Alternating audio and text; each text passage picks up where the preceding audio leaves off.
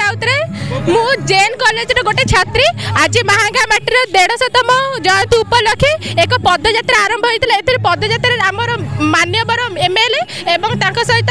हमर जो ओडिया चलचित्र अभिनेत्री शिवानी जोग दैथिले एवं आमे कॉलेज रो समस्त कॉलेज रो छात्र छात्री माने एतिर अंशग्रहण करिथिलु एवं ए पदयात्रा को आगु को नेइथिलु आमे आज गर्व अनुभव करू आज हेउची हम 150तम राष्ट्रीय सरदार वल्लभ भाई पटेल जयंती उपलक्षे एठार एक आयोजन अनुष्ठित होता है पदयात्रा आम योगदान देकी आमको बहुत गर्वित अनुभव करुचु आम एथुरु प्रेरणा पाउचु कि आगक भविष्य आम रमादेवी भाई हवा चेष्टा करूँ। आज महांगा निर्वाचन मंडली रे एक ऐतिहासिक दिन ए ऐतिहासिक दिन रे आम अंचल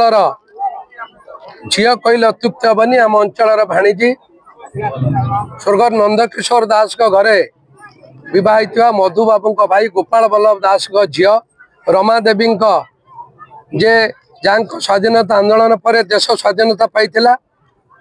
एवं जन्म जयंती उपलक्षे यही माटी आज एक जयंती समारोह होती वंदे मातरम संगीत समूह गान 150 वर्ष पूर्ति उपलक्षे एवं लौह मानव सरदार वल्लभ भाई पटेल 150तम जन्म जयंती स्मृति रे एक सर्वदलीय निर्विवाद भाव निर्दलीय भाव कॉलेज स्कूल विभिन्न वर्गर युव छात्र महिला समस्त सरकार अधिकारी समस्त आज सामिल होगी जैन कॉलेज कुआंपाड़ ठारू कोटबदा स्टाडियम पर्यंत पाखापाखि 4 किलोमीटर ऊर्ध 5000 रु ऊर्ध पिला द्वारा एक एकता यात्रा अनुष्ठित करा जायतिला। आज महांगार सर्वभौमत्व रक्षा करने महांगार ऐतिह्य को महांगार कला साहित्य संस्कृति को उज्जीवित करने महांगा को आउरी आगु को नवाई विकसित करने एकता यात्रा आज प्रमाणित कर दौची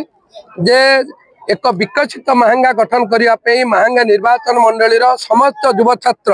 आज एकजुट होती एकत्रित होती एवं शपथ नहीं एक स्वच्छ विकसित दुर्नीति मुक्त स्वाभिमान महांगा गठन करने आशा करुचु महांगार विकास करने जहाँ आवश्यकता पड़े आज भाया दिन में आम रमादेवी एवं वल्लभ भाई पटेल प्रेरणार उत्स रहिले आम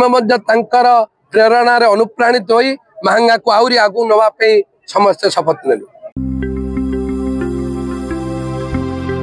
लेटेस्ट न्यूज अपडेट पाई www.nowodisha.com को लॉगिन करंतु।